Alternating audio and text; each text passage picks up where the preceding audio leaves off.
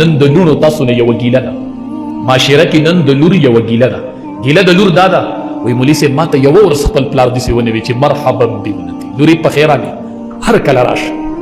زه د پلار نه قدر نه غواړم پلار زما پلار دی خو مولوی صاحب نو هلته به لاړ مولوی صاحب کلونه تیر شي او زما په دروازه باندې بابا دستک کښېني ما له پلار تماشې له رانشي پلار ما کره راښکاره نه شي لور کالو سر دروازې ته ګوري اوس به مې بابا راشي اوس به مې رور راشي او په دې دروازه به مې ناس کړي حدیث مبارک کې راځي 2 قدمونه الله ته ډېر خوښ دي یو هغه چې سړی اودس وکړي کور او د فرض مانځه دپاره جومات ته روان شي دا قدم چې اوچت کړي یو نیکي الله ورکړي یو ګناه معاف کړي او یوه درجه اوچته کړي دا دومره قیمتي قدم دی بل قدم چې هغه د دې سره برابر دی دا هغه قدم دی چې کله سړی د کوره قدم اوچت کړي د رشته دار د ملاقات دپاره چې زه رشته دار ووینم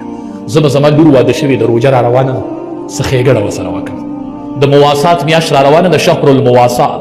د همدردۍ میاشت را روانه ده زم چې لور سره همدردي وکړم زر چې خور سره همدردي وکړم نو چې روژه شروع کېږي نو خور لور دې دروازې ته ګوري اوس به مې چېرته بابا راشي اوس به مې چېرته رور راشي نو دنیا سامان خاوند راوړي هغه ورته نه ښکاري او چې بابا ولا یو دا 4 ډبې اوسي نو ټوله روژه هغه زه ورته وي دا ما د بابا راوړي دا ما د رور راوړي نو ستا انتظار کوي ته ولې د دې تپوس نه کوي نبی کریم صلی الله علیه وسلم خور راغله شیما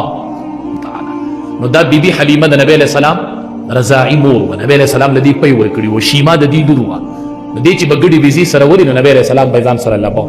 نبی علیه السلام ته ویې ستا خور به شیما یم ما سره دې نښې موجود دي تا په ما چک لګولی دی نبی علیه السلام چې شیما ته وکتل په جړا شو ورپاسېدو څادرې خور کو وایي جړل صحابو ته ویې ما ته نن بیبي حلیمه یادېږي ما ته نن بیبي حلیمه یاده شو ما ته خپله رضاعي مور نن مخې مخې ته کېږي چې ما شیما ولیدله ما ته د رضاعت رشته را یاده شو ورپاسېدو څادرې ورته خور کو د دواړو جهادو سردار نن خور ما ته وایي زه معاشره کې بوج ګڼل شم نن ما ته لور وایي زه معاشره کې بوج ګڼل شم لونه بوج مه ګڼئ دا یقین ساتئ ښه چې لونه د آخرت ګټه ده ښه یو سړی و 6 لونه یې وي ښځې ته یې وي که بله لور دې وشوه نو طلاق به درم دې کې د ښځې ګناه دا د ښځې قصور دی دا خلقت د ښځې اختیار دی دا خو د الله خوښه دا خو ته د الله سره جنګ کوي ښځې وي صحیح ده دې کې دا سړی وده شو د شپې خوب ولیده وایي جهنم دی په یوه دروازه یې مخامخ کړه نو ویل ته مې لور ولاړه ده چې زما بابا به جهنم ته نه ورځوي چې بلې له ورلم په بله مې بله لور ولاړه ده زما بابا به جهنم ته نه ورځوي چې په بله ورلم نو بله لور مې ولاړه ده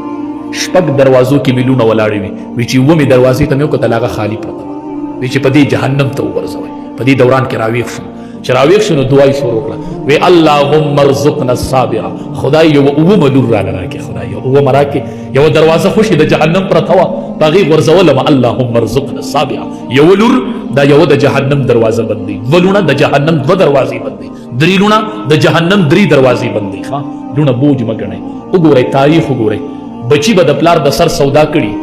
زوی به د پلار د سر سودا کړي دا شته دی ډېر شي بچي نه د پلار په سر پیسې ورکوي دی د مخې نه لرکوي چې یا راته جایداد پاتې شي یا راته کاروبار پاتې شي رپورټ به یې پې کړی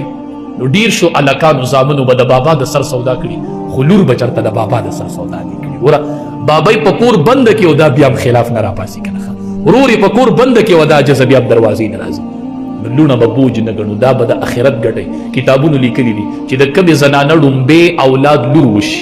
ړومبې اولاد لور وشي نو دا مبارکه زنانه ده ښه چې ړومبې اولاد لور وشي موږ ړومبې د زوی دعاګانې غواړو ښه نو زوی ډېر ښه دی خو د دنیا ګټه ده او لور خیر عند ربک الله وایي دا د لګورې غوره ده دا لور تاله د آخرت ګټه ده دا لور تاله د آخرت ګټه ده نو په لونو باندې توجه ورکړئ قرآن او حدیث لونو ته وښیئ نن سبا زنانه ناخبرې دي یقین وکړه چې زنانو ته پته نشته دا پوه ده